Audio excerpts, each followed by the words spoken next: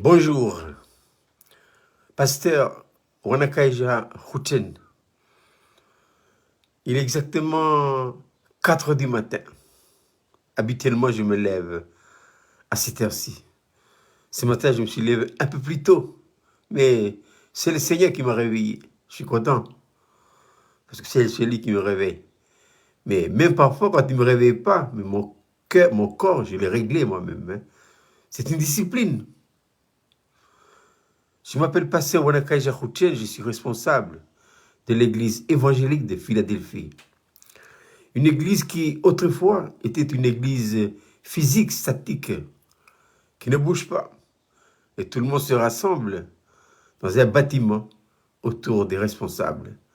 Depuis le 1er septembre, eh bien, cette église physique a basculé à une église virtuelle, numérique. Ah, il faut vivre son temps. Nous devons vivre la technologie. Nous sommes au temps du numérique. Si Jésus était en notre temps, je pense qu'il va faire comme ça. Voilà. Il faut vivre avec son temps, il faut utiliser les moyens modernes. J'ai vécu le temps où mon père était pasteur dans l'église évangélique libre. J'avais 8 ans ou 10 ans. Et il allait de Nishakuya, ceux qui connaissaient un peu la tribu de la région de Wailou, pour aller visiter les tribus du fond, Gondé, Kula, Néarin et tout ça, et Nédivin. Mais il allait à pied. Il allait à pied. J'étais moi-même au Vanuatu. Et au Vanuatu, eh bien, nous allions dans les montagnes à pied, avec les sacs d'eau. J'ai même pris les pirogues pour aller de Achine à Malikolo. Ah oui. Et je pensais à Fao, Tatayo, Taniela, qui ont amené l'évangile dans le pays. Comment ils ont fait? En pirogue. C'était en leur temps. Jésus, en Palestine, comment il fait? Mais il s'est déplacé sur un âne. Il montait un âne. Avant, mais si Jésus était à notre temps maintenant, je ne pense pas qu'il va monter un âne. Il va prendre sûrement des jets privés, hein, des avions. Aujourd'hui, c'est le temps du numérique. Il faut utiliser ça.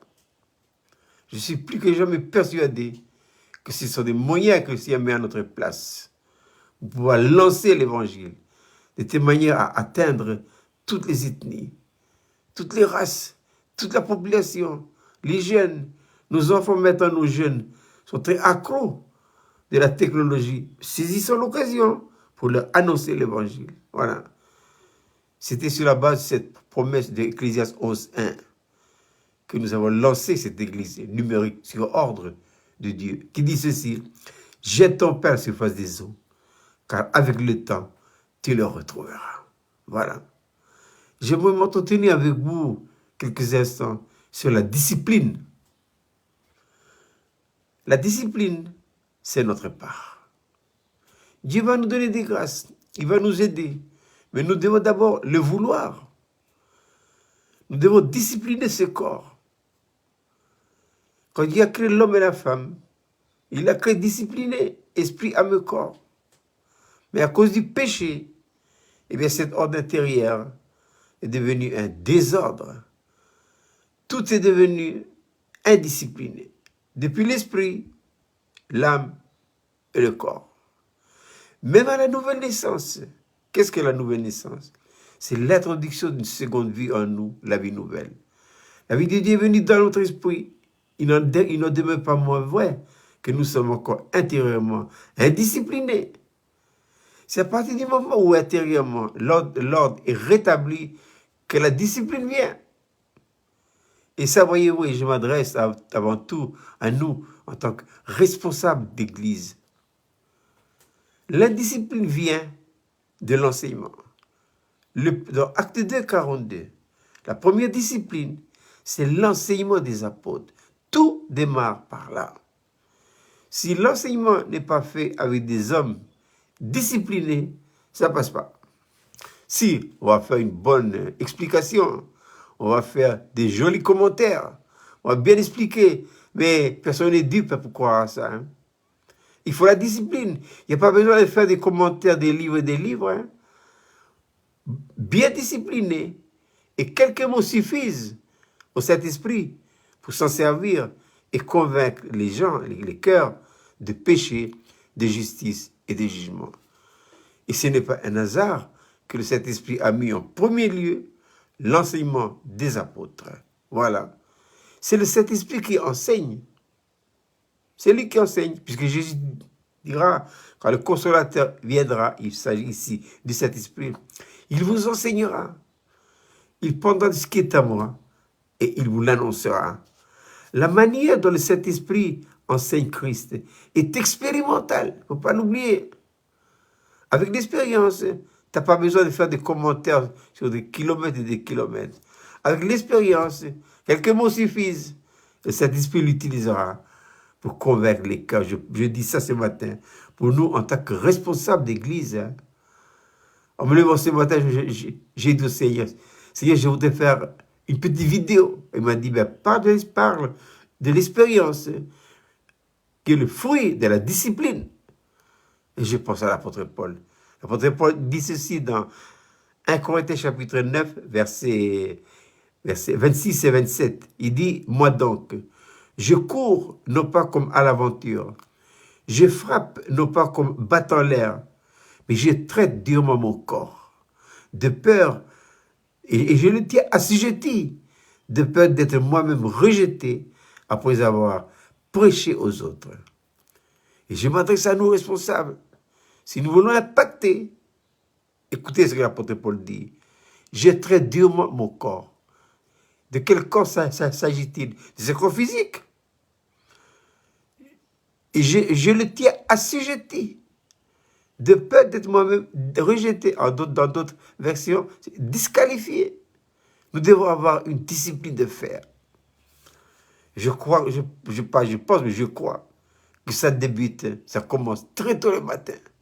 Nous devons faire comme David, l'homme selon le cœur de Dieu, le chantre de l'Éternel. Il est dit ceci de ce roi, Psaume 119, 147. Je devance le lever de l'aurore et je crie, j'espère en tes promesses. Psaume 143, 8. Fais-moi connaître, Seigneur, entendre ta voix, ta bonté, car je me confie en toi. Fais-moi connaître le chemin par où je dois passer, car j'élève à toi mon âme. C'est quelques réflexions pour nous encourager, nous, responsables de l'Église, mais à vous aussi, père de famille, mère de famille, mais à vous aussi les jeunes. La clé de réussite, ça commence par là. Il faut remettre entre les bonnes mains de Dieu nos journées. Paul n'a-t-il pas dit, si les prémices sont saintes, la masse, l'aide aussi, prenons nos courages de demain. Dieu ne fera pas ça à notre place. Je sais que c'est dur, non. C'est pas évident de se lever tôt le matin, très tôt. Moi, ça fait plus de 20 30 ans que je fais cette discipline-là. Mais il y a un début à tout. Parfois, je suis fatigué, je n'ai pas envie de me lever, j'ai envie de faire la grasse matinée. Il n'y a pas de grasse matinée dans le ministère. Dans le ministère, qu'il pleut ou qu'il neige, qu'il fait froid ou qu'il fait chaud, je devance le lever de l'aurore. Réglons nos corps, tenons-le assujettis de peur de perdre, de peur d'être disqualifié. Voilà. Alors je vous encourage, moi ce matin je suis levé, voilà, je vous donne cette vidéo, et qu'est-ce que j'ai fait? Eh bien, j'ai fait mon lit, regardez mon lit, voilà.